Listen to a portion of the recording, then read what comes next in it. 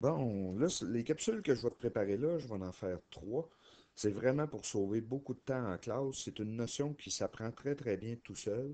On va faire un peu d'exercice en classe, mais au lieu de faire, mettons, 4 5 heures, ça veut dire un cycle au complet, on va peut-être faire 2 heures de ça dans la classe seulement. Le restant, tu vas le faire chez vous. Ce que ça s'appelle la corrélation. OK, ce qu'on va travailler ici.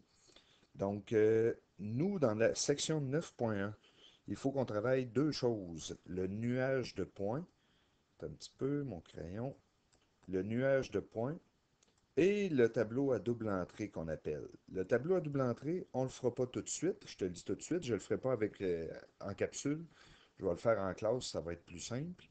Puis le restant, le nuage de points, on va le faire ici. Donc, une distribution en deux caractères, c'est quoi? Tu l'as déjà fait, c'est ce qu'on appelle des statistiques.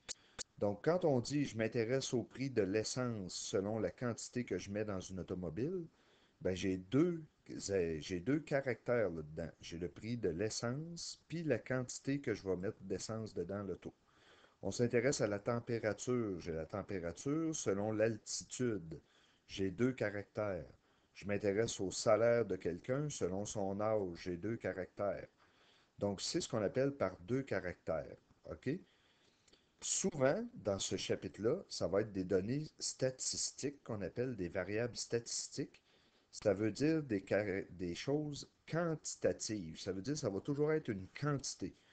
Ça ne pourra pas être je regarde la couleur des yeux, je regarde la couleur des cheveux. Ça ne peut pas être je regarde la couleur d'une automobile. C'est toujours des chiffres qu'on va vérifier. Donc, nous, ce qui va nous intéresser, c'est ce qu'on appelle une corrélation linéaire. Il y a le mot line là-dedans. Line, ça veut dire ligne. Donc, ça va toujours être des choses qui vont se qualifier par une ligne. Donc, il existe d'autres corrélations qu'on appelle qui ne sont pas des linéaires. Ça pourrait être une corrélation avec une parabole. Ça pourrait être une corrélation avec une relation inverse que tu as vue en secondaire 3. Sauf que nous, cette année, c'est vraiment toujours des lignes qui vont nous intéresser.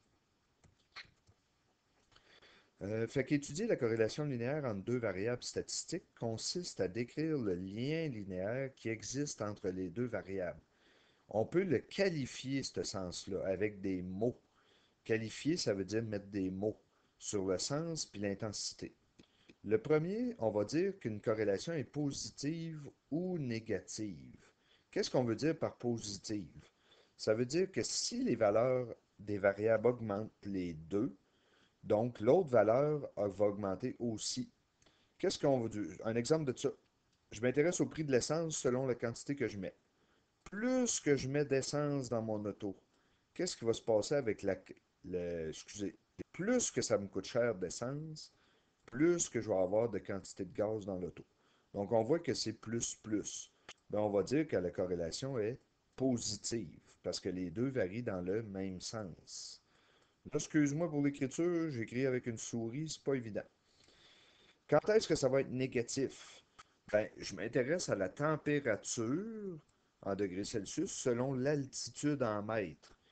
Plus que l'altitude augmente, tu l'as vu en science, qu'est-ce qui se passe avec la température? Ben, plus que ça l'augmente, plus que la température va diminuer. Donc, quand c'est de sens contraire, on va dire que c'est négatif.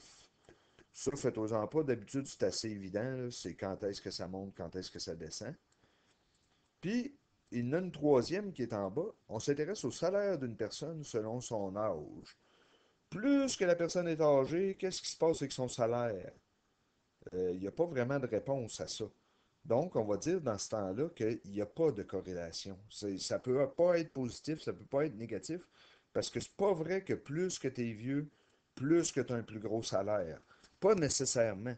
Parce que moi, je connais des gens qui qui commencent à travailler à l'âge de 20, 25, 30 ans, puis qui font déjà 100 000 piastres. Pense à un médecin.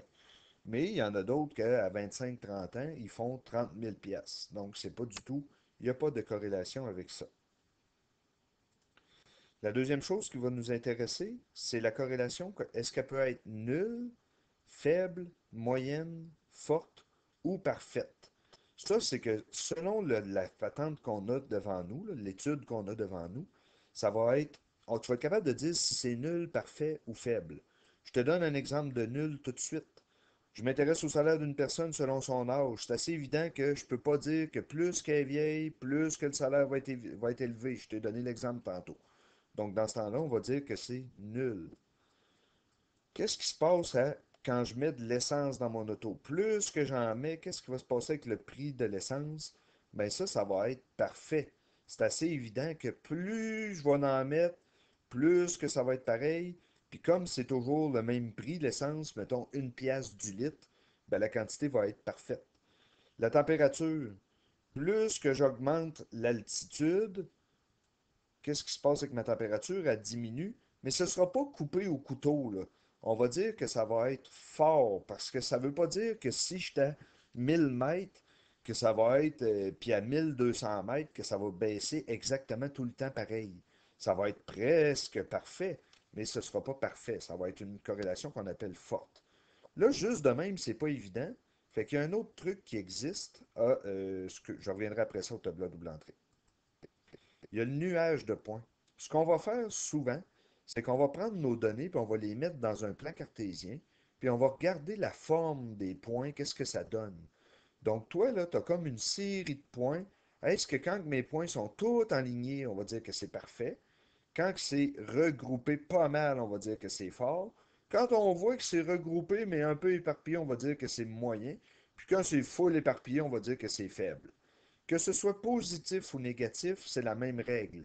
Donc, la seule affaire, quand est-ce qu'on voit que c'est positif, c'est quand ça monte. Tu vois que je pourrais mettre une ligne là-dedans qui montre. Ici, la dernière est moins évidente, mais on le voit un petit peu parce qu'ici c'est vide, puis ici c'est vide. Ici, on voit que ça descend, ça descend, ça descend. Quand ça descend, on va dire que la corrélation est négative. Quand ça monte, on va dire que la corrélation est positive. Puis plus que ça s'approche d'une ligne, plus qu'on va dire que c'est parfait ou fort. Puis quand ça ne s'approche pas d'une ligne, on va dire que c'est faible ou même nul. Moi, je te le dis, là, faible, c'est assez rare que je vais prendre ça. C'est plus nul qu'on va dire. Donc là, tu vas avoir quelques exercices à faire là-dessus. Le tableau à double entrée. J'en parle juste ici un petit peu. Un tableau double entrée, là, c'est la même chose. Tu peux regarder l'âge de certaines personnes, puis le temps en heures qu'ils mettent sur Internet. Fait que là, tu t'aperçois que 10, 12 ans, ils les ont mis ensemble. 12, 14 ans, ils les ont mis ensemble. Puis on s'aperçoit que ça me donne dans le tableau plein de chiffres. J'ai trois personnes entre 10 et 12 ans qui utilisent l'Internet de 0 à 2 heures. J'ai trois personnes de 14 à 16 ans qui l'utilisent de 4 à 6 heures. Puis j'en ai trois autres de 14 à 16 ans qui l'utilisent de 6 à 8 heures. Mais ça, il y a moyen de qualifier la corrélation aussi, mais on ne le fera pas tout de suite parce que je vais te l'expliquer en classe. Donc là, dans les exercices que je te donne, c'est dans un document que ça s'appelle exercice. Attends un petit peu.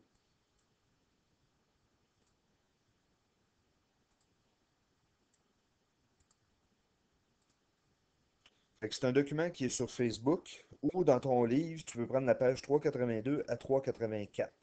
Fait que les exercices, ça s'appelle exercice 9.1, numéro 1 à 5. Je te jure, là, tu en as pour maximum 30 minutes. Bon travail, bravo de l'avoir écouté. On s'en rejase dans pas longtemps à l'école.